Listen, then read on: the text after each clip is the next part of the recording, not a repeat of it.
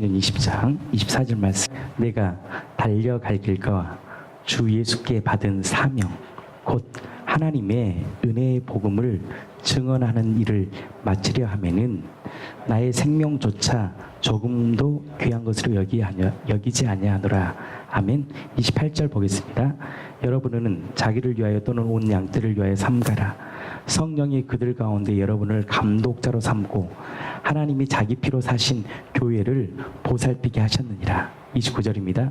내가 떠난 후에 사나운 이리가 여러분들에게 들어와서 그 양떼를 아끼지 아니하며 30절 또한 여러분 중에서 제자들을 끌어 자기를 따르게 하려고 어그러진 말을 하는 사람들이 일어날 줄을 내가 믿노라. 한번 계속 읽겠습니다. 31절 그러므로 여러분이 일깨어 내가 3년이나 밤낮 쉬지 않고 눈물로 각 사람을 훈계하던 것을 기억하라. 지금 내가 여러분을 주와 및 그네의 말씀에 부탁하니 그 말씀이 여러분을 능히 든든히 세우사 거룩하게 하심을 입은 모든 자 가운데 기업이 있게 하시리라. 아멘. 우리의 사명이 무엇인가? 바로 은혜의 복음이라는 거예요. 추석 명절이잖아요. 이번 추석 명절은 앞으로 20년 이후에 있다고 얘기하던데 무려 10일입니다. 그래서 굉장히 너무나 길고 믿는 우리들에게는 고통스러운 시간입니다. 때로는 이 너무나 정신 바짝 차리지 않으면 정말 우리가 또 루즈하게 되고 우리 신앙 자체도 좀 이렇게 침체할 수 있는데 이것을 이길 수 있는 것은 뭐냐? 이 은혜의 복음이 친척과 가족들에게 나는 증거할 수 있는 시간 되기를 축복합니다. 가장 중요한 게 뭐냐? 사명보다 먼저가 무엇이냐? 은혜의 복음이에요. 아무리 사명을 향해 가지만 명확한 초점이 없으면 무너지는 거예요. 자기 의로하면요 나중에 쓰러져요. 지쳐버려요. 근데 성경은 무엇으로 사명을 감당하라고 얘기하느냐? 주와 이 은혜의 복음을 증거하는 거예요. 은혜의 복음이 무엇입니까? 바로 성경대로 죽으셨고 성경대로 부활하신 예수님이 나의 주님이시고 그 주님을 회개하고 내 마음의 주로 영접할 때 예수님께서 그 거룩하신 하나님께서 내 안에 들어와 사시고 그분과 동행하고 또 그분을 믿는 자들에게 함께 뭘 줬느냐? 하늘의 상속권을 우리에게 부어주셨다는 거예요. 그 은혜의 복음이 저는 이 추석 명절 한 일주일 동안 정말 여러분들 가족과 친지들에게 담대히 복음이 증거될 수 있는 시간 되기를 예수님의 이름으로 진심으로 축복합니다. 다른 종교와 차이점이 있어요. 기독교는 핵심이 뭐냐? 기독교는 이 부활이라는 이 확실한 증거가 예수를 위해 믿느냐, 예수가 누구냐라는 확실한 이 표적이 뭐냐? 예수님이 부활하심이에요. 저희 집 옆에 그 탈북하셨던 분이 사셔요. 그 자녀가 오늘 교회를 가더라고요. 2,000원짜리를 딱 들고 가더라고요. 아마 헌금 되는 것 같아요. 막 들고 오는데 제가 엘리베이터에서 만나서 어디 가니? 교회 간다 그러더라고요. 너 예수가 하나님이라는 걸 믿어지니? 잘 모르는 거예요. 예수가 하나님이라는 것도. 예수님이 하나님이셔. 그 하나님의 증거가 뭔지 아니? 예수님의 부활이야. 죽은 자가 만약 부활했다면 그분은 신이야 인간이야? 어린아이가 그러는 거예요. 신이죠. 맞아. 우리가 믿는 그분이 누구냐? 바로 하나님이셔. 그 하나님을 내 마음의 주로 믿을 때 영원한 천국 자녀가 되는 거야. 이것이 1분 메시지예요. 1분 엘리베이터에서 내려올 때 제가 전했던 메시지예요. 메시지. 부활을 전하니까 맞아요. 인간은 절대 죽음을 이길 수 없다는 거예요. 그 죽음을 이기면 그분은 누구다? 하나님이시다. 그래서 우리가 진리가 뭐냐? 예수가 누구냐가 굉장히 중요합니다. 우리 유대인들은 예수님을 하나님으로 믿지 않잖아요. 그러니까 이게 예수가 하나님이라 그러니까 이건 있을 수 없는 일이에요. 우리 한번 영상 한 번 더 보겠는데 예수를 믿지 못하는 선지자로는 믿는데 예수를 뭘로 믿느냐? 하나님으로 믿지 못하는 거예요. 이해할 수 없는 거예요. 하나님이신 분이 이 땅에 오셔 사람으로 오셨다. 그들의 가치관으로는 유일신으로 믿었던 그들에게는 도저히 믿을 수 없는 거예요. 우리 한 번 더 유대인들은 어떻게 예수를 알고 있는지 한번 이렇게 말씀을 한번 나눠보겠습니다. 유대인들의 사고에는 정확히 하나님 우리 안에 거하신다. 하나님이 세 분이다, 삼위의 하나님이다. 이건 있을 수 없는 사건이죠. 그래서 이 모든 사람에게 특별히 이 유대교에게 믿을 만한 확실한 사실이 뭐냐? 부활이라는 거예요. 아멘. 우리 요한복음 한번 보겠습니다. 우리 정희숙 집사님 좀 준비해 주시고요. 오늘 아침 말씀 올려주셨는데 한번 같이 한번 나눠보겠습니다. 요한복음 1장 18절 말씀입니다. 한번 보십시오. 이 은혜의 복음이잖아요. 이게 은혜의 복음인데 이 은혜의 복음을 우리가 전해야 된다는 거예요. 이 은혜의 복음. 자, 18절입니다. 같이 읽겠습니다. 시작. 본래 하나님을 본 사람이 없으되 아버지 품속에 있는 독생하신 하나님이 나타내셨느니라. 이게 본래 하나님을 본 사람이 아무도 없는 거예요. 하나님을 보았다는 것은 주관적 체험이지 객관적 사실이 될 수 없는 거죠. 근데 성경은 정확히 얘기합니다. 본래 하나님을 본 사람이 없으되 아버지 품속에 있는 독생하신 하나님이 나타내셨다는 거예요. 아멘. 우리 말씀을 이렇게 나누기 전에 영상 하나 한번 보겠습니다. 우리 김재준 교수님께서 기독교와 다른 종교의 차이점, 무엇으로 정확히 이 종교가 살아있는 종교인지, 실체인지, 성경의 모든 말씀이 진리인지 우리 김재준 교수님 한번 1분짜리인데 한번 보겠습니다. 성경에서 증언하는 구원은 뭐냐? 부활을 믿는 게 구원이에요. 예수 그리스도의 부활을. 그러니까 교회 가면요, 저도 목회를 개척교회를 했습니다만 교인들이 부활을 믿는 사람, 믿음으로 의롭게 된다는 건 알아요. 설교를 수없이 들어서. 그러나 부활을 믿는 사람은 지키졌다는 거죠. 그런데 기독교는 무엇 때문에 생겼죠? 기독교의 구원, 소위 우어스프릉, 그 기독교가 태동되게 된 가장 근본적인 사건, 그 사건이 뭐예요? 예? 예수 그리스도의 죽음과 부활이에요. 그런데 오늘날 교회에서 가장 약하게 강조되고 있는 것이 뭐냐면 예수 그리스도의 부활이에요. 근데 오늘 여러분은 여기 와서 나부터 이 부활에 대한 확신을 갖고 돌아가야 돼요. 그리고 설교가 목회자의 신앙적 확신 속에서 나오는 설교가 아니면 절대로 평신도들이 은혜를 못 받습니다. 자기도 못 믿는데, 자기도 정확하지 못해서 이럴까 저럴까 하는데 그 사람이 상대방이 그러겠어요? 그러니까 오늘 여러분은 여기 와서 다른 건 예수 그리스도의 죽음과 부활에 대한 확신을 가지고 가요. 이것이 없으면 모든 신학이 다 무너집니다. 성경도 무너지고 다 무너져요. 성경이 왜 생겼어요? 신학이 왜 생겼어요? 기독교가 왜 생겼어요?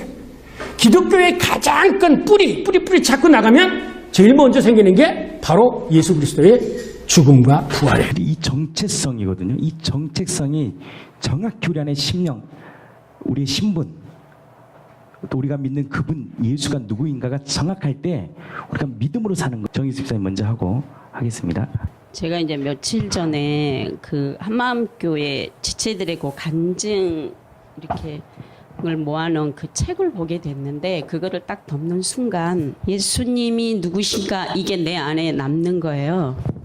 너무너무 그전에도 알고 싶었지만 예수님에 대해서 너무 알고 싶다라는 그 생각에 유튜브를 뒤졌는데 그냥 내가 뒤지고 싶어서 뒤진 것도 아닌데 예수님을 만난 사람들의 어떤 영화를 제가 보게 됐어요.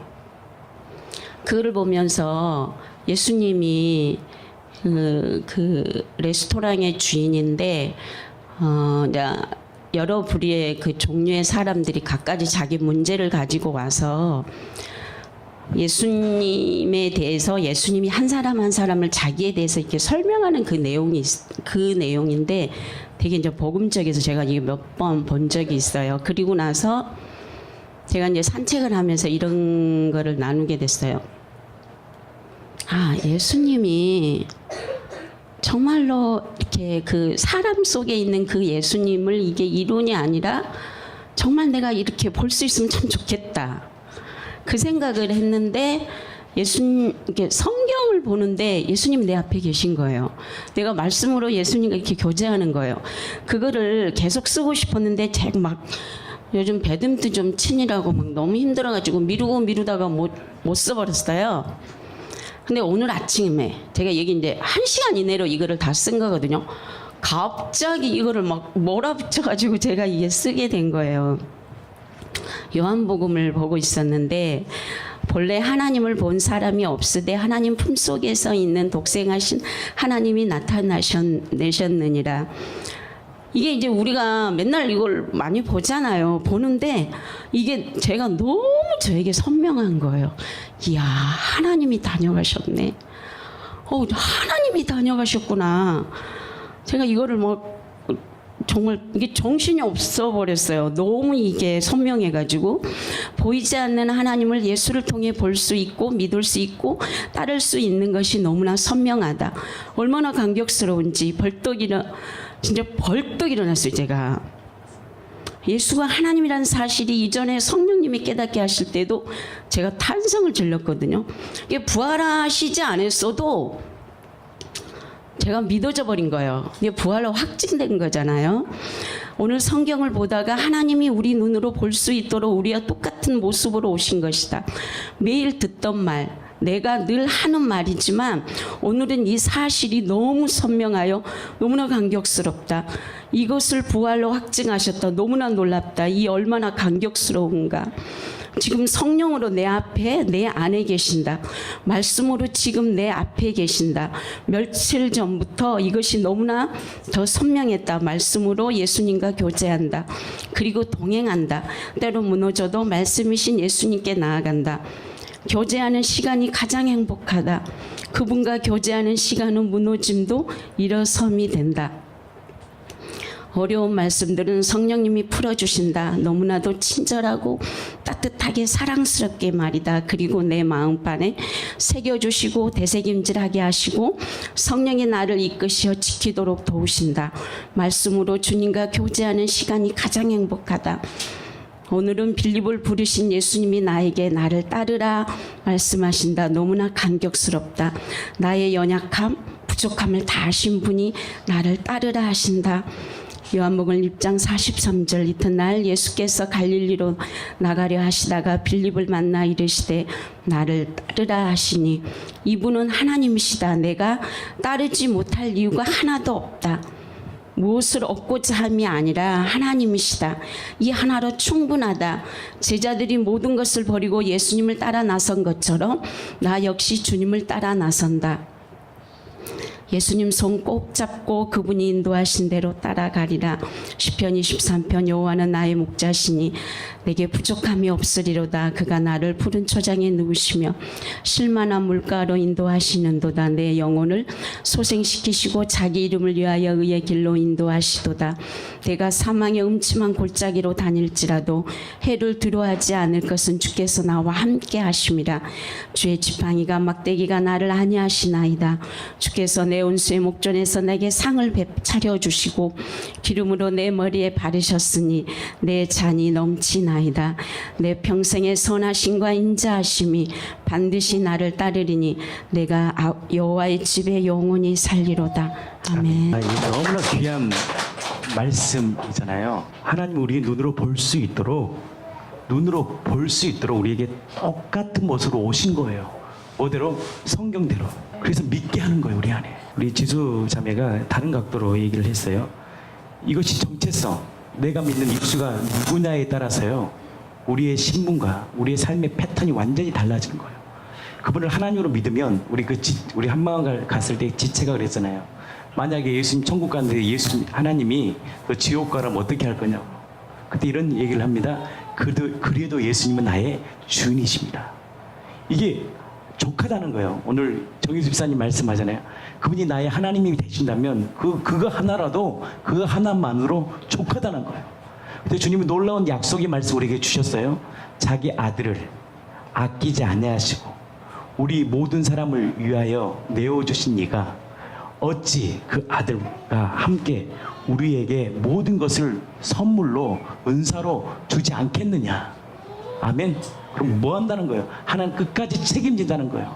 자기 생명 주신 분이 바로 우리의 주가 되신 그분이 오늘 그 시편의 고백처럼 내가 여호와의 집에 영원히 주님과 동행하고 살겠다는 확실한 이 믿음의 선포가 어디서 나오느냐? 이 근거, 우리의 믿음의 근거가 내 주체, 내 느낌과 감정에 형성된 것이 아니라 바로 사실을 통해서 내가 성령을 통해 믿어질 때 우리의 놀라운 명확한 삶의 정체성이 생기고 내가 살아야 될 이유와 사명이 명확해진다는 거예요.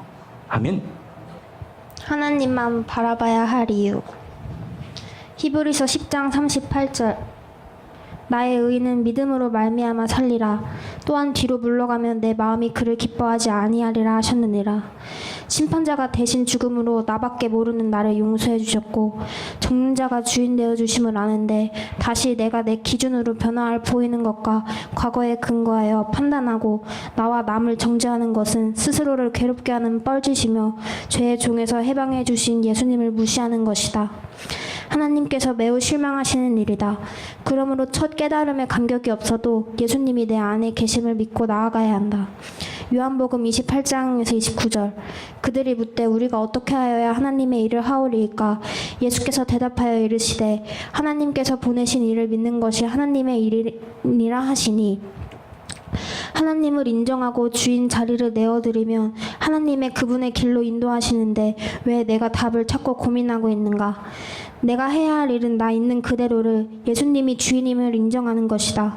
아무것도 하지 못하는 내가 나를 위해 죽으시고 전능하신 분에게 모든 것을 맡길 수 있다는 게 얼마나 큰 축복인가.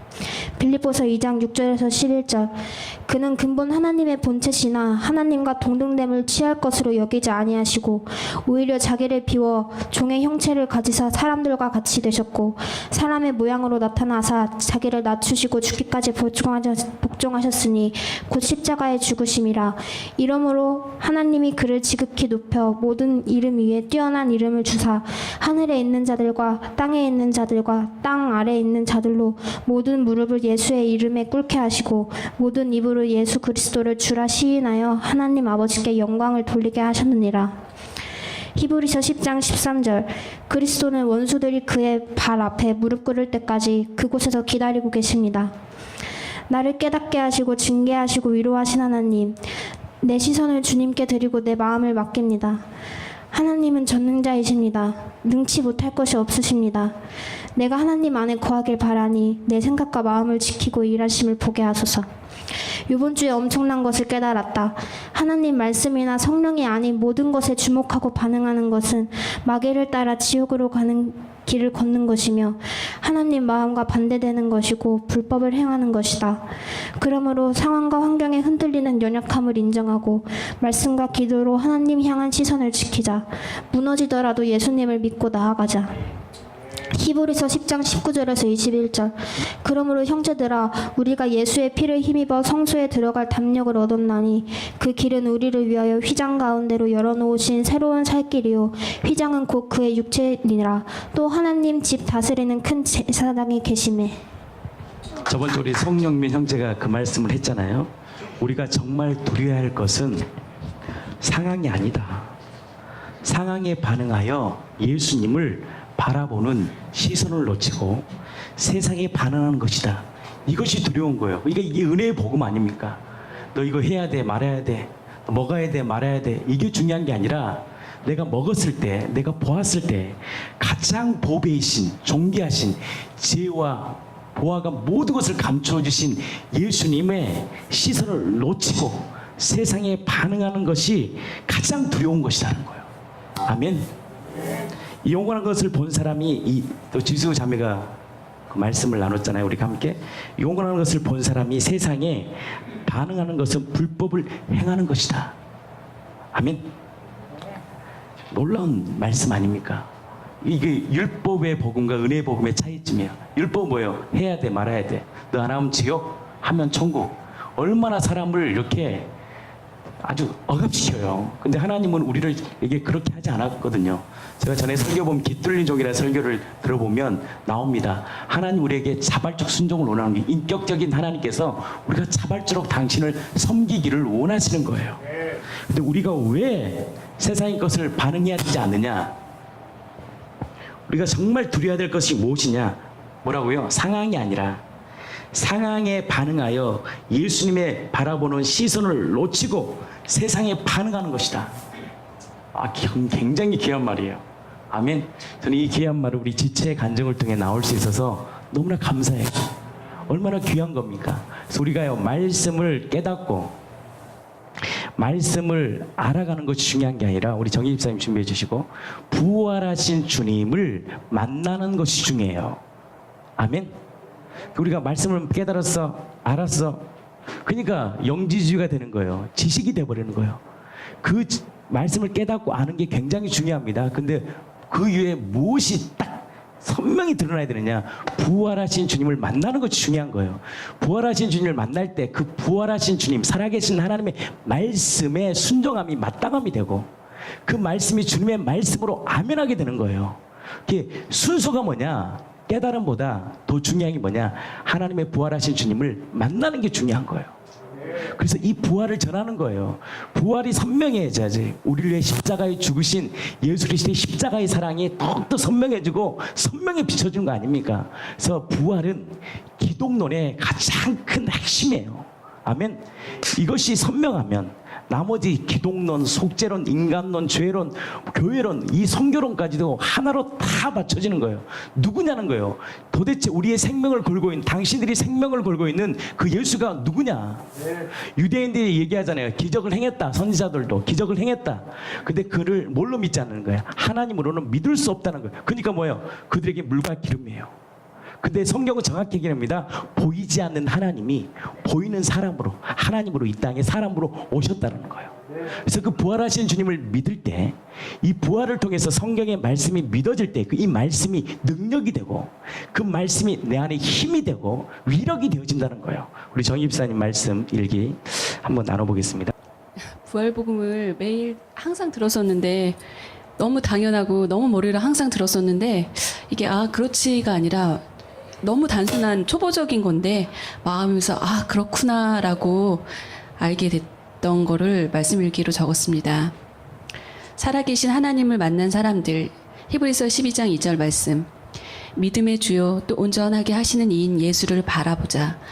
그는 그 앞에 있는 기쁨을 위하여 십자가를 참으사 부끄러움을 개의치 아니하시더니 하나님 보좌 우편에 앉으셨느니라. 요즘 목사님께서 아침에 일어나서 들어오는 생각을 보라고 하나님의 말씀으로 채우지 않으면 자꾸 불화살이 들어와 매일매일 승리하기 힘들다고 하셨다. 한때 아침 저녁으로 말씀을 보며 기도도 해봤지만 하루 동안의 나의 삶은 나의 의지로 움직였었다. 나의 생각을 누르기 위해 나의 의지로 나를 누르며 거룩하게 살기 위해 부단히 노력했던 과거의 기억으로 목사님의 그 말씀이 귀에 확 들어오지 못했다. 수요 모임 시간에 목사님과 말씀을 나누던 중 깨달음이 있었다. 그렇지, 그때 내가 보던 말씀은 좋은 성경 구절이었지. 그때 내가 했던 기도들도 나를 위한 내가 주인된 기도들이었지. 그렇다고 그 기도들을 안 들어주신 건 아니었지만 말이다. 내 안에 하나님이신 예수님이 안 계셨구나. 지금 목사님이 하시는 말씀은 그 부활하신 예수님을 매일매일 묵상하라는 말씀인 것이다. 들판에서 인생 가운데 하나님을 만났던 다윗, 우시아 왕이 죽던 해에 하나님을 만났던 이사야, 나무 위까지 올라와 예수님을 만난 삭개오, 마르다 언니와의 일보다 예수님을 만나기 위해 말씀을 듣던 마리아, 인간 예수님을 보다가 부활하신 예수님을 하나님으로 만난 12 제자들, 그리고 직접적으로 증인들을 통해 하나님이신 예수님을 보는 지금의 우리들. 이 모든 사람들은 하나님이신 예수님을 만난 것이다. 예수이신 하나님을 만나야만 나의 인생이 바뀐다. 이제 내가 묵상하고 예배해야 하는 것은 좋은 성경 긁기가 아니라 예수님이다. 그리고 그 모든 성경 말씀이 예수님이 하신 말씀일 때 나에게 살아서 움직이는 것이다. 왜 몰랐을까? 아주 단순한 것인데 3년을 내리 드렸던 말씀인데 믿음의 창시자요 완성자이신 예수님, 매일매일 그분을 묵상하자. 나의 주 나의 하나님 사랑합니다. 들판에서 인생 가운데 다윗이 누구를 만났느냐? 하나님을 만난 거예요. 우시아 왕이 죽던 해에 이사야 6장 말씀이잖아요. 누구를 만났느냐? 이사야가 말씀을 깨닫는 게 아니고 살아계신 하나님을 만난 거예요. 나무 위에까지 올라온 세리 삭개오가 누구를 만났느냐? 살아계신 예수 그리스도 그 하나님을 만난 거예요. 이 모든 사람들이 누구를 만났느냐? 하나님을 만난 거예요. 우리는요, 하나님을 만나는 데 관심 없고 좋은 말씀과 깨달음에 그치는 거예요. 예수님이신 하나님을 만나야만 나의 인생이 바뀐다는 거예요. 굉장히 중요한 메시지입니다. 내가 묵상하고 예배해야 하는 것은 좋은 성경 글귀가 아니라 예수 그리스도라는 거예요. 그리고 이 모든 성경 말씀이 예수님이 하신 말씀일 때, 그것이 내 안에 믿어질 때, 그 믿음으로 순종할 때 나에게 살아서 움직인다는 거예요. 아멘. 우리 유경훈 집사님 좀 나와주시고요. 그래서 이 복음의 증인은 정확한 복음을 우리가 증거한다는 거예요. 아멘. 그래서 이 복음의 증인은 뭘 증인하느냐? 말씀이 좋은 깨달음을 얘기해 주는 것이 아니고 인생 사는 방법을 가르쳐 준 게 아니라 누구를 가르쳐 주는 거야? 나의 인생의 나의 창조주이신 예수님이 우리의 주인이시라는 거.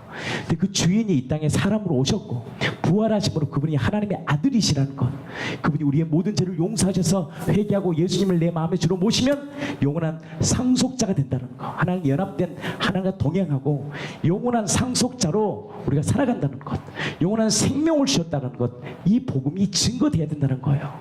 난 이 복음이 머리가 아닌 내 안에 실제가 되고 주님을 만나 가슴 터지게 그 예수 그리스도를 증거하는 인생 되기를 축복합니다. 계속해서 말씀 나누겠습니다. 복음의 증인. 9월 27일 말씀 일기. 복음의 증인. 믿음의 창시자요 완성자이신 예수를 바라보라. 또 믿음을 완전하게 하시는 주님을 바라봅니다. 믿음의 주는 누구신가? 예수 그리스도이시다. 누구를 바라보아야 하는가? 내 안에 계신 보배이신 예수님을 바라볼 때 마귀와 세상과 옛사람을 이길 수가 있다. 예수님께 굴복되고 복음이 실제가 되면 복음의 능력들이 나타난다. 복음을 전하면 성령이 역사하신다. 왜 나는 성령의 역사를 경험하지 못할까? 이유는 한 가지인 것 같다. 내 생각, 내 뜻, 나의 신앙 경험과 인본주의 신앙생활 주관적으로 생각하고 복음이 아닌 신앙 경험을 전도했기 때문이다. 부활 복음을 조금씩 싹이 나면서 전도하는 방법이 달라졌다. 아브라함이 만났고 사도 바울이 만났고 사도들이 보고 들었던 부활하신 예수 그리스도 창조주 성자 하나님이 우리의 주 되심을 전한다. 능력과 변화, 회개는 성령 하나님의 몫이다. 우리는 복음의 증인으로 예수 믿지 않는 죄를 회개해야 한다. 요한복음 16장 9절 죄에 대하라 하면 그들이 나를 믿지 아니하며 로마서 14장 9절 그리스도께서 죽었다가 다시 살아나셨으니 곧 죽은 자와 산 자의 주가 되려 하심이라. 복음은 성경대로 십자가에 못 박혀 죽으시고 성경대로 사흘 만에 부활하신 예수 그리스도가 만유의 주 되심을 드러내는 것이다. 디모데후서 2장 8절 내가 전한 복음대로 다윗의 씨로 죽은 자 가운데서 다시 살아나신 예수 그리스도를 기억하라. 사도 바울이 디모데에게 권고했던 것, 너는 매일 그분의 죽으심과 부활을 기억하라. 하나님은 확실한 믿을 만한 증거를 주시고 성자 하나님이 누구인가를 명확히 드러내셨다. 이 증거 앞에 나 자신이 주인된 죄를 회개하고 예수님을 나의 주 나의 하나님으로 믿어 악하고 음란한 세대에 성령의 권능으로 십자가와 부활을 증거하리라. 예수님은 누구신가? 길이요 진리요 생명이시다. 살아계신 나의 주 나의 하나님이시며 우리가 살아가야 할 삶의 이유와 본질이며 주체이시다. 로마서 1장 16절로 17절 내가 복음을 부끄러워하지 아니하노니 이 복음은 모든 사람에게 구원을 주시는 하나님의 능력이 됨이라. 복음에는 하나님의 의가 나타나서 믿음으로 믿음에 이르게 하나니 기록된 바 오직 의인은 믿음으로 말미암아 살리라. 무릇 하나님께 난 자마다 세상을 이기느니라. 세상을 이기는 승리 비결은 보배신 예수님만 바라보고 예수 생명으로 살면 된다. 아멘. 아멘. 복음의 핵심을 잘 적어주셨고 또 선포해 주셨습니다. 우리가 믿는 그분이 누구냐? 믿음의 창시자요 완성자이신 예수다. 아멘. 그 예수는 누구신가? 바로 예수는 내 안에 보배신 예수는 누구시냐? 바로 창조주 하나님이시다. 아멘. 그 예수 창조주 하나님을 내가 믿을 때, 내 마음의 주인으로 믿을 때 내 안에 누가 사시느냐? 바로 그분께서 내 안에 사시고 나의 안에 오시 나와 동행하시고 나를 통해서 하나님의 역사를 경험케 하시는 거예요. 아멘. 근데 이것이 우리 안에 머리로만 있어서는 되는 게 아니고 이 사실을 증거하는 거, 이게 사명이에요. 아멘. 예수님 부활하셨고 나를 위해 죽으셨고 그 예수님을 내 마음에 주로 모실 때 우리 진보인 자매 준비해 주고요. 정말 그 놀라운 역사를 우리가 경험하는 거죠. 그래서 우리 어제 이번에 할머님이 돌아가셨잖아요. 소천하셨잖아요. 천주교 신자였는데 우리 진보인 자매가 복음을 전해서 우리 이현 형제랑 정말 하나님의 놀라운 은혜로 예수님을 주로 고백했다는 거예요. 그것만큼 기쁜 게 어디 있습니까? 한 영혼이 죽게 들어와 정말 하나님의 자녀가 되고 하나님의 정말 백성이 된다는 것만큼 가치 있는 인생이 무엇일까요? 그것을 만난 자의 감당은 뭐냐? 사명 뭐냐? 생명보다 귀한 것이 뭐냐? 이 사명 감당하는 거예요. 왜 안 되느냐? 우리 유경 집사님 말씀하셨잖아요. 내 느낌, 내 감정, 내가 만난 하나님 안 변해요. 사도들이 만났고 바로 선지자들이 만났고 사도들이 만났고 변화되었던 바로 그 복음. 이 복음의 능력이 우리 교회를 통해서 증거돼요. 정말 이 사명을 다하는 그리고 많은 열방이 죽게 돌아오는 복음의 통로로 세워지는 저와 여러분들의 삶이 되기를 축복합니다. 2017년 9월 26일 일을 하고 있는데 남편에게 문자가 왔다. 보현아, 할머니 돌아가셨대. 순간 머리가 하얘지고 마음이 쿵 내려앉았다. 그럴 리가 없었다. 나는 할머니 연세가 97세이신데도 불구하고 시간이 아직 남아있다고 확신하고 있었다. 몇 주 전 찾아뵈려고 했는데 일이 꼬여서 이번 추석 때 찾아뵙고 더 복음을 전해야지 하고 있었다.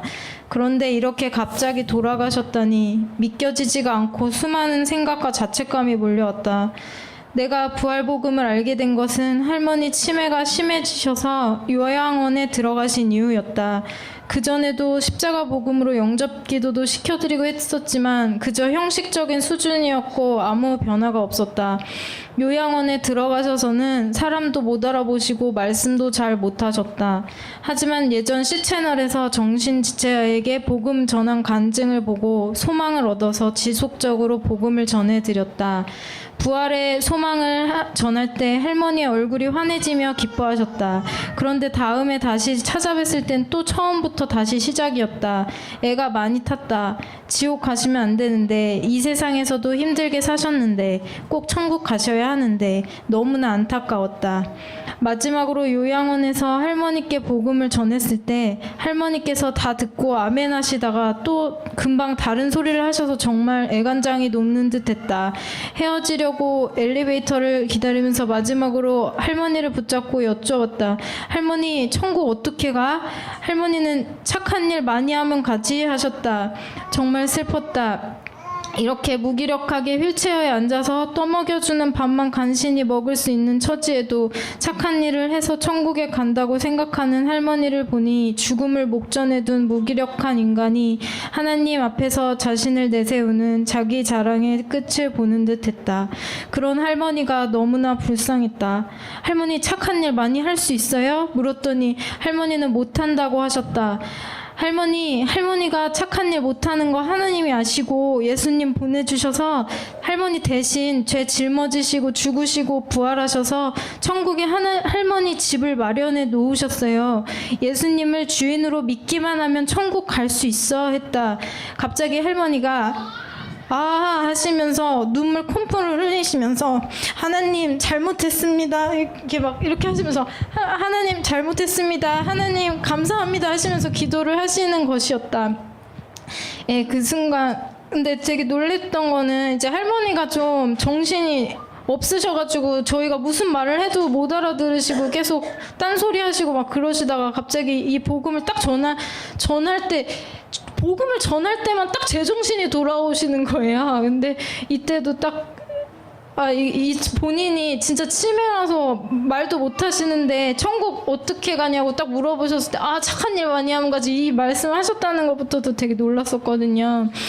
예, 그 순간 내 마음에도 큰 기쁨이 임했다.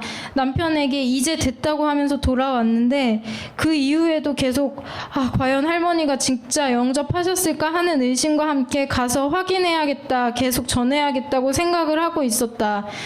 그러니까 제가 안 믿은 거죠. 제가 믿지 않은 거죠. 그런데 갑자기 돌아가셨다니 정말 막연자실해서 하나님께 기도했다. 하나님, 할머니 천국 가신 거 맞아요? 맞다면 제가 확인할 수 있게 증거를 제가 귀로 듣게 해주세요. 그리고 나서 장례식장에 갔는데 엄마가 그러시는 거다. 할머니 옆 침대 계셨던 할머니 말씀이, 우리 할머니께서 돌아가시기 며칠 전부터 밤에 자꾸 뭐 할렐루야 막 외치시면서 뭐라 하시면서 시끄럽게 해서 잠을 못 주무셨다고 하시는 것이었다. 순간 예전에 이지은 자매 간증이 생각났다. 암에 걸린 남편이 병원에 입원했을 때 옆 침대 환자가 죽을 때가 되니까 두려워하면서 무섭다고 혼자 못 간다고 막 같이 가자 이러면서 소리치는 모습을 보고 그 자매가 너무 두려워서 급하게, 안 믿는 자매였더라고요. 그 자매가 뭐 불교 다니는 자매였는데 급하게 한마음교회 자매를 찾아가지고 거기 교회를 막 샅샅이 뒤져서 그 남편한테 복음 좀 전해달라고 하는 거예요. 그래서 남편이 너무도 평안하게 임종을 맞이했다는 그런 간증이었다. 엄마 얘기를 듣는데 딱 그 간증이 생각나면서 할머니가 돌아가실 때가 돼서 예수님을 보셨구나라는 마음이 들면서 마음에 비로소 평안이 찾아왔다. 그리고 힘이 없으신 아빠께 이 스토리를 다 그대로 전했거든요. 아빠가 지금 성당 다니시고 안 믿으시는데 이 간증을 그대로 전했더니 아빠가 갑자기 막 얼굴이 막 환해지시는 거예요. 예, 주 예수를 믿으라. 그리하면 너와 내 집이 구원을 받으리라. 다 이루신 약속을 믿기만 하면 반드시 이루시는 하나님 감사합니다. 네, 제가 이렇게 전하고 나서 또 이제 입관식이 있었거든요. 근데 입관식이 이제 카톨릭 형식으로 진행이 됐어요. 막 사람들이 막 다 주문처럼 막 시편 말씀을 주문처럼 막 계속 무슨 이상하게 외우는 거예요. 연불처럼. 그런 식으로 막 진행이 됐는데, 이제 입관식 할 때 이제 할머니 앞에 계시고 돌아가면서 가족들이 다 와서 돌아가면서 마지막 인사하라고 하는데, 그러니까 갑자기 되게 마음이 너무 뜨거워져가지고 그 앞에서 할머니는 이 예수님을 이렇게 주인으로 영접을 하시고 회개하시고 영접하시고 돌아가셨다고, 천국에 가셨다고, 지금 천국에 계시다고, 지금 잠깐 이렇게 헤어지는 거는 너무나 슬프지만 그래도 우리가 예수님을 마음의 주인으로 믿으면은 천국에서 영원히 같이 살 수 있다고 딱 되게 담대하게 선포하는데, 저도 막 제 자신도 되게 놀랬거든요. 근데 나중에 그러니까 그 전까지 분위기가 엄청 막 곡하고 막 이런 분위기였는데, 딱 이걸 딱 전하니까 갑자기 사람들이 이렇게 눈물이 그치더라고요. 근데 그러고 나서 이제 나중에 저희 새언니가 안 믿는데, 저희 새언니도 막 어떻게 그 상황에서 그렇게 당당하게 그런 말을 할 수가 있냐고 막 되게 놀랍다고 막 그러고, 또 저희 사촌 언니 사촌 오빠 아내분도 안 믿으시는데도 자기 너무 놀랬다고, 어떻게 그렇게 할 수가 있냐고 막 그러면서 대단하다고 막 이렇게 하시더라고요. 그리고 이제 그 장례식을 통해서 저희 뭐 오빠나 뭐 저희 가족들, 뭐 큰어머니나 이렇게 다 너무 자연스럽게 할머니가 이렇게 천국 가신 거 간증을 하면서 이렇게 전하니까, 너무, 저희 오빠는 원래 안티크리스찬인데 이번 일을 기점으로 되게 복음을 잘 듣고 있거든요. 그리고 저희 아빠도 또 어제 이제 남편이랑 위로해 준다고 가서 밥 사드리면서 또 이렇게 한번 부활 복음을 이렇게 전하는데, 네, 아빠가 너무 예전이랑 다르게 되게 잘 들으셔서, 저희가 얘기를 한 게, 진짜 할머니가 뭐 살아계실 때 복음을 전하셨나, 뭐 기도를 하셨나, 뭐 그런 게 아니잖아요. 거의 돌아가시기 직전에 예수님 영접했지만, 그래도 예수님 영접하고 돌아가신 분은 이렇게 죽어서도 복음이 매 통로로 사용이 되는구나, 딱 그런 생각에 되게 감사했습니다. 네. 우리가 영원히 살 것 같잖아요. 부부가 또 자녀가. 근데 가만히 생각해 보면요, 죽고 나면요, 땅 나눠지는 거예요. 예수를 믿지 않는 사람은 지옥, 믿는 자는 천국. 그러니까 진짜 가족은요, 하늘 가족이 맞는 거예요. 그래서 제가 이 복을 만나고 저희 어머님이 아프시잖아요. 쓰러지셨고 연세가 이제 80이 되셔서 제가 시간 날 때마다 매일 말씀을 전해주고 기도를 해줍니다. 저 육신의 어머님이기 때문에 전하는 것도 있지만 왜 제가 전화를 자꾸 매일 하느냐, 하늘 가족이 되고 싶어서 그런 거예요. 내가 이 복음을 알고 정확한 천국과 지옥이 있고 믿지 않으면 지옥이라는 게 정확히 인지되니까 우리 어머님의 신앙 상태가 딱 보이는 거예요.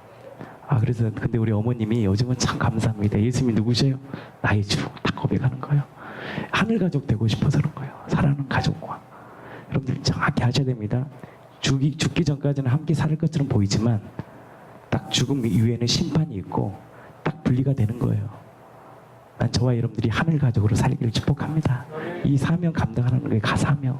죽을 때까지 목숨 바쳐서 내 가족들에게. 어떤 분은 이빨이 3번 나갔다잖아요. 이거 전하다가 이가 3번 나갔다잖아요. 근데 그 한 사람의 헌신과 복음의 순종과 사랑을 통해서 온 가족이 하늘 가족이 되고 복음의 정말 통로가 되었다는 거예요. 여러분 이 복음은 생명과 다 바꿀 수 없는 거예요. 왜? 죽고 사냐는 거예요. 내일 일은 아무도 모릅니다. 내일 일은요 아무도 몰라요. 주님밖에 모릅니다. 오늘 주신 시간이요, 오늘 하루의 시간이에요. 그 시간에 무엇을 알아야 되느냐, 많은 잡다한 지식도 알아야 되고 세상에 살아가는 방법도 배워야 되지만 가장 큰 걸 알아야 돼요. 천국 가는 법을 딱 배워야 돼요. 천국 가는 법, 정말 구원의 길을 정확히 알아야 돼요. 그 구원의 길은 딱 한 가지예요. 예수님을 내 마음에 회개하고 주로 고백하는 거예요. 아멘. 계속해서 한번 말씀 나누겠습니다. 판단. 모든 주권이 하나님께 있다는 것을 인정하라. 판단의 기준이 내가 되면 마귀의 올무에 빠진다. 그러나 그 기준이 하나님이 되면 모든 것이 축복이다. 그러나 난 차윤옥 할머니의 일이 내게 축복임을 감지했다. 차윤옥 할머니 이야기. 참 할머니가 부담스러웠다. 거리에서 만나면 너무나 집요하고 강한 어투로 어디 가냐고 왜 가냐고 물으시는 할머니. 너무 강하게요. 어디 가? 왜 가? 맨날 이렇게 물어보세요. 그러니까 막 너무 부담스러운 거예요. 그래서 동네 사람들이 다 도망가고 막 되게 부담스러워하는 할머니였거든요. 사실 그 할머니의 언어 습관이었다. 만나는 누구에게나 이렇게 하신다. 부담스러웠다. 내가 왜 할머니에게 생수를 가져다 드렸을까? 잘 기억이 안 난다. 물을 사서 드신다는 할머니에게 난 코스코 생수 6통을 가져다 드렸다. 아무 일도 못하는 아들과 함께 사시는 할머니는 아무도 돌봐줄 사람이 없는 독거노인 같은 분이셨다. 그래서 인지 정말 힘을 다해 자신의 몸을 관리하려 했지만 그분의 건강은 따라주지 않았다. 할머니는 수돗물을 먹으면 자기 몸이 안 받아서 아프다고 하시면서 계속 자신에게 맞는 물을 달라 기도했는데 그 물이 내가 가져다 준 물이라고 하시면서 그 물을 계속 드시고 싶어 하셨다. 난 그 후에 알았다. 이것이 생명으로 인도해주는 물이었다는 것을 말이다. 할머니는 그 물을 살 수 있는 곳을 가르쳐 달라 했다. 그러나 코스트코 물은 할머니가 살 수 있는 물이 아니었다. 차가 없이는 그 무거운 물을 사기가 어렵기 때문이다. 할머니는 2리터 물을 하루에 3통 이상 드신다. 3통 그 이상이더라고요. 샤워하실 때도 있고요. 그거 갖고 모든 걸 그걸로 해결을 하세요. 몸이 아프시면 그 물로 샤워까지 하신다. 소비량이 큰 것이다. 할머니는 내가 그 물을 사다 드리는 것을 거부하셨다. 매일 사다 드리기도 사실 제가 싫었던 거죠. 한두 번이 아니고 계속 심부름을 할 수 없다는 것이다. 할머니는 지난주 내게 줄기차게 오셨다. 전화를 하거나 집으로 찾아오시거나 말이다. 할머니, 그 물은 할머니가 사시기 어려워요. 동네 코스트코 대행점이 있는데 소개시켜 드릴게요. 할머니를 모시고 그곳으로 갔다. 그러나 그곳은 한 달에 3번 정도밖에 물을 살 수 없는 곳이었다. 할머니는 그곳이 아니라고 말씀하셨다. 송도 코스트코 가는 길을 가르쳐달라 하신다. 할머니, 그곳은 할머니가 가시기 힘드세요. 제가 동네 노브랜드 물을 파는 곳을 소개시켜 드릴게요. 할머니를 모시고 노브랜드 매장에 가서 물을 사다 드렸다. 그러나 할머니는 고개를 또 저으셨다. 기어코 그곳에 가자신다. 내가 가지고 있는 물을 다 가져다 드리고 다음 주 월요일 날 지하철을 타고 가자고 약속을 하며 할머니를 안심시켰다. 괜시리 마음에 짜증이 들어왔다. 이 할머니가 참 부담스러웠다. 할머니가 안쓰럽기도 했으며 이기적인 내 중심엔 물 때문에 할머니에게 잡혀서 계속 물로 관계해야 할 것이 두려웠다.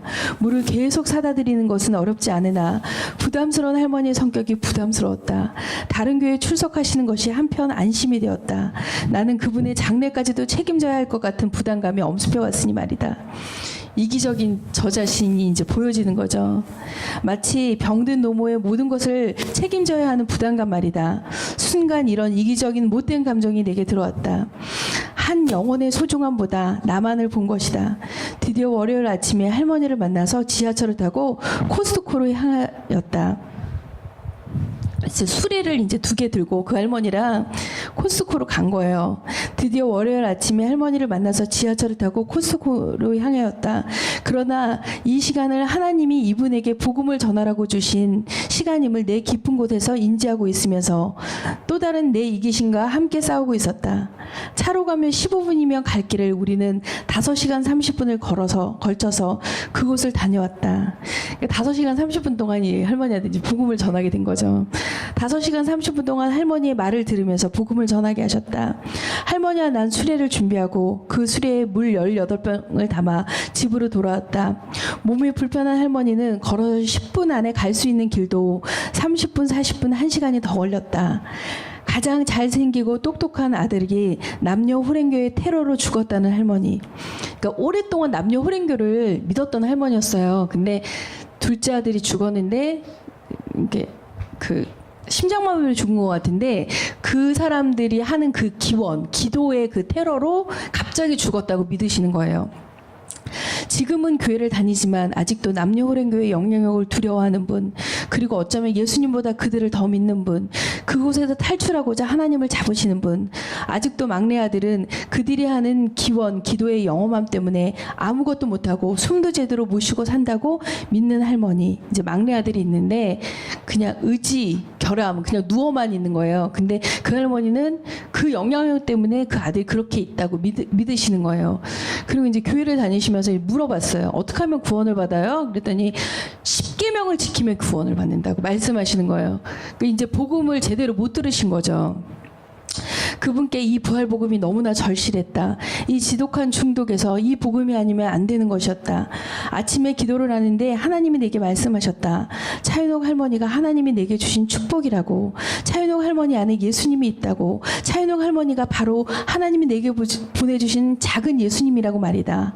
물을 볼 때마다 그분이 생각난다. 코스트코에서 물을 사왔다. 내게 줄 것이 없어. 이제 사다 갖다 드렸는데 나한테 뭔가 이제 주고 싶은 거예요. 근데 줄 것이 없으니까 어떤 권사님이 A4 파지를 이제 자기한테 많이 줬는데 그걸 내게 내미시면서 아이들 갖다 주라고 주시는 거예요. 제대로 된 공책 하나 없어도 그 종이를 기뻐하시는 할머니를 위해 공책을 여러 권 준비해놨다. 집에 정말 아무것도 없다. 효도 라디오에 말씀과 시채널 간증을 저장해서 녹음해 놓았다. 코스트코에서 볼펜심을 찾는 할머니의 집에서 그 할머니를 위해서 모나미 볼펜을 준비해놨다. 필통과 형광펜까지 말이다. 바퀴 2개 달린 수레에 물건을 싣고 다닐 것이 불편해서 튼튼한 유모차도 구해서 갖다 드렸다.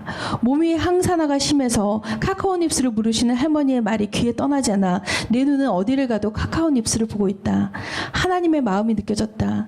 하나님은 얼마나 우리에게 주고 싶을까. 인간인 내가 봐도 스캔이 떠지듯이 그분의 마음, 속, 살림살이가 다 보이는데 하나님은 우리를 보시면서 얼마나 다 보이실까. 우리에게 필요한 모든 것이 다 보이실 것이다. 그리고 한 꾸러미 그리고 우리에게 주시기 위해 사랑의 눈으로 살피시고 계시는 것이 보인다. 자기 아들을 아끼지 아니하시고 모든 사람을 위하여 내어주시니까 어찌하여 아들과 함께 모든 것을 우리에게 주시지 아니하겠느냐. 위의 글은 6월 3일 내가 쓴 글이다. 이후에 영광스럽게 난 할머니의 물 배달원이 되었다. 물로 하나님이 할머니에게 복음을 전할 기회를 주셨다. 이제 그걸 통해서 할머니를 만나게 된 거죠. 이제 자주 계속적으로. 물로 하나님이 이 할머니에게 복음을 전할 기회를 주신 것이다. 어느 날 집에 딱 가서 이제 제가 집 앞에서 물을 쌓아놓고 갔는데 쌓아드린 물이 그대로 있는 거예요. 그래서 물어봤어요. 할머니는 갑작스럽게 암 진단이 나와서 20일 정도를 투병하시고 하늘나라에 소천하셨다. 그러니까 시간이 얼마 남지 않았던 거예요. 그래서 하나님이 강권적으로 이제 역사하셨던 거죠. 그게 읽어지니까 하나님이 이렇게 영혼을 사랑하시는구나. 저는 이제 제 이기적인 중심은 판단이라는 것으로 막 부담스러워했는데 하나님이 물론 강권적으로 그분을 만나게 하시는 게 보여지면서 하나님이 그 한 영혼을 이렇게 사랑하셨구나. 그 할머니가 이제 제가 만날 때마다 항상 이런 얘기를 했어요. 난 왜 이렇게 불행한지 몰라. 이제 그 자신의 인생을 보니까 제가 봐도요 너무 독거노인으로처럼 사는 거예요. 너무 불행해 보이는 거 인간적으로. 근데 아니에요 할머니, 이 세상은 잠깐이에요. 보이지 않는 천국이 진짜예요. 그래서 천국을 준비하게 하기 위해 가난한 마음이 있는 것이 가장 큰 축복이에요. 이 말을 하면서 복음을 전할 때가 생각난다. 지난 여름 차윤옥 할머니에 대한 전적인 하나님의 작정하신 구원의 이야기를 보았다. 한 번 더 만나지 못한 것이 정말 죄송스럽다. 마지막 나를 보시면서 환하게 웃는 모습은 딸을 향해 엄마가 웃는 얼굴 같았다. 잠시 하나님의 복을 주셔서 그분의 딸이 되었다. 코스코 물로 이루어진 강권적인 구원의 역사. 이젠 더 깨어 있어서 마음껏 이 한 몸을 주님이 일할 수 있게 하시기를 기도한다.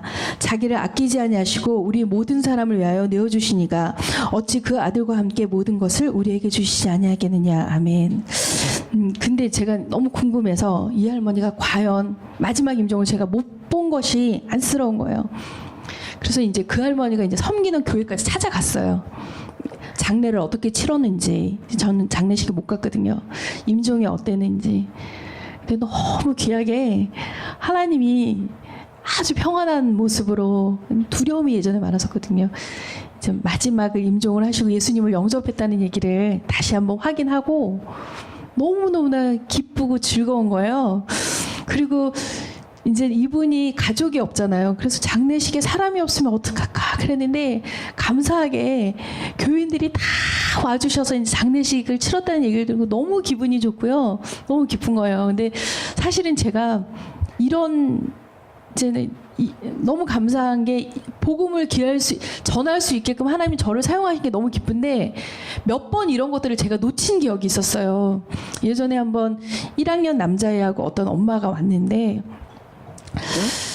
이제는 참여를 한 거예요, 저희 교회에. 근데 얘가 이제 ADHD 남자예요. 너무 이제 번잡스러워서 내가 이 엄마를 만나서 복음을 전해야 되겠다. 근데 그 엄마가 저희 교회 한 번 오고 나서 교회를 안 오시는 거예요. 근데 하는 말이 뭐냐면 헌금 때문에 부담스러워 안 오신다는 거예요. 근데 제가 그때 빨리 전했어야 되는데 이 엄마랑 전화 통화를 하면서 어머니 제가 만나면 말씀드릴게요. 저희 한번 만나요. 아들에 대해서 물어보기 때문에 만나요. 그럼 만나서 제가 뭐 이런 얘기 하죠. 그러면서 이제 자연스럽게 만남의 기회를 가지려고 이 엄마한테 그러고 전화를 끊은 거예요. 근데 전화 끊고 나서 며칠 뒤에 그 엄마가 돌아가셨어요. 그러니까 술을 마시다가 혼자 죽어간 거예요. 근데 이 엄마가 이 교회에 왔던 거는 정말 누가 나한테 구해줄까라고 하는 그 어떤 한가득 소망을 가지고 여기 왔었고, 헌금 때문에 고민했다라는 것은 교회에 안 나와라는 메시지가 아니라 교회에 나오고 싶은데 라고 하는 메시지였는데 제가 어둠이다 보니까 이거 감지를 못했던 거예요. 그때 빨리 다가와서 이 어머니한테 복음을 전했어야 되는데, 그러고 나서 이분은 죽고 아들 한 명은 자기 큰어머니 집에 맡겨지고 가정이 너무나 슬프게 된 거예요. 그래서 그거 보면서 얼마나 하나님 앞에 너무나 속상하고 너무나 괴롭고, 빨리 복음을 전했어야 되는데, 주저하면 안 되는데, 이 복음 전하는 일은 내가 정말 주저할 게 아닌데, 내 생각에 이분은 좀 이럴 것 같아, 저럴 것 같아, 느낌으로 뭐 거부할 것 같아 라고 하는 생각 때문에 나중에 전하지, 좀 이따 전하지라고 하는 생각 때문에 이분이 정말 천국 갈 수 있었는데 그나마 그 소망 하나를 붙잡고 여기 한 번 왔었거든요. 크리스마스 때. 그리고 그 얘기를 들었는데 내가 그랬구나. 그래서 이제 사람들 메시지 가운데 있잖아. 나는 죄가 많아서 교회 못 가. 이 메시지를 옛날에는 이 사람이 교회 싫어하는 메시지를 들었어요. 근데 그게 아니라 교회는 가고 싶은데의 메시지를 이제 듣게 된 거예요. 헌금 때문에 내가 못 가. 뭐 때문에 이런 핑계들이 그 마음 안에 교회에 가고 싶은데 라는 것이 깔려 있었구나. 근데 내가 복음을 못 전했구나. 그래서 그분이 탈북자세요. 자기가 탈북자인 거를 숨기고 살았는데 얼마나 고생하고 넘어갔겠어, 이 남한 땅에. 그래서 사람들한테 탈북자인 걸 숨기고 남한 사람인 것처럼 살다가 자기 마음은 너무 피폐해져서 그나마 복음을 한번 들으려고 이 자리에 왔는데 결국에는 복음을 못 듣고 혼자 술 마시다가 그렇게 돌아가신 거예요. 너무나 부끄럽고 창피하고 하나님 앞에 낯을 들 수가 없었던 제 모습. 그런 경우들을 제가 보면은 많이 놓친 경우가 있어요. 그래서 이번에 추석 내려가서는 여러분이 기도로 무장하고 계셔서 이번이 마지막일 수 있다라는 것. 진짜 내가 보는 것이 마지막일 수 있다라는 거. 하나님 앞에 지혜를 구하셔서 정말 복음을 전할 수 있는 그런 시간이. 요거 더 먹으면 어때요, 제가? 우리가 좀 요거 더 먹으면 어때요? 그들이 우리를 때리면 어때요? 요거 더 먹는다고 해서 가족들이 우리 때릴 수도 있고 무시할 수도 있고 욕할 수도 있고 거부할 수도 있고 밀어낼 수도 있어요. 근데 너희가 내 이름을 핍박을 받는다라고 얘기했기 때문에 그게 사실은 부딪히는 거, 무시당하는 거, 이런 것들이 사실은 부담스러워서 못 전하는 경우가 있었거든요. 근데 이거는 생명의 키가 우리 안에 있기 때문에 이거는 우리가 거부할 수 있는 부분이 아니다. 시국이 너무 정신이 없잖아요.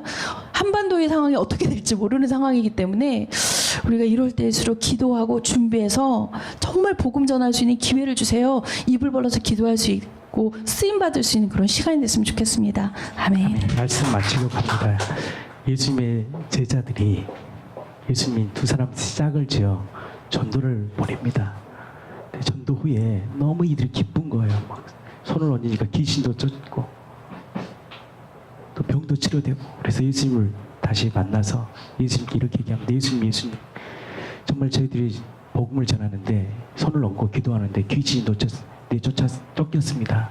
병을 낫게 했습니다. 그때 예수님께서 이렇게 말씀하십니다. 병을 쫓는 것에, 귀신을 내쫓는 것에 기뻐하지 말고 내 이름이 하늘 생명책에 기록된 걸로 기뻐하는 거예요. 아멘.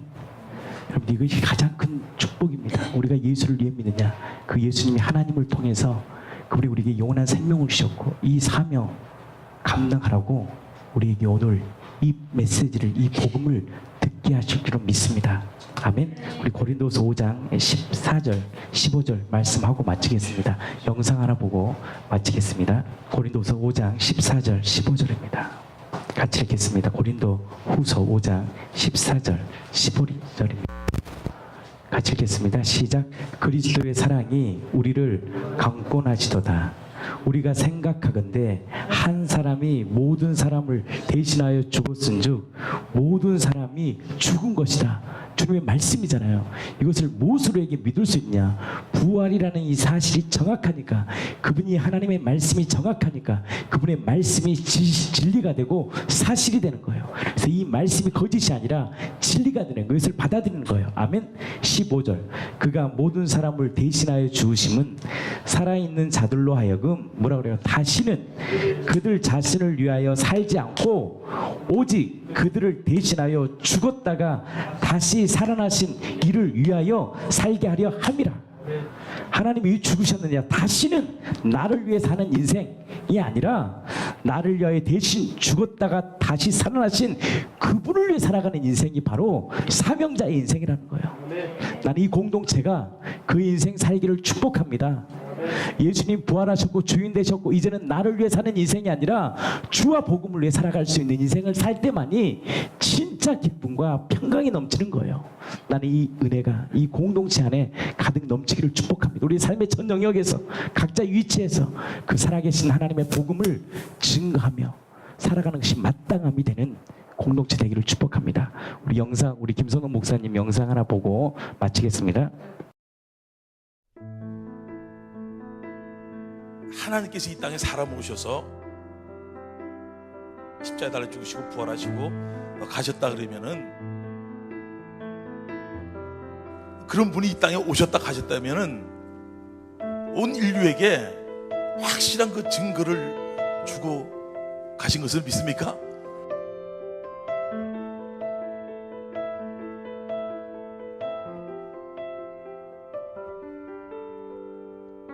그 예수님이 부활하셔가지고 이분이 하나님이 되는 순간에 이분의 십자가에 피 흘린 피는 하나님의 피인 것을 믿습니다.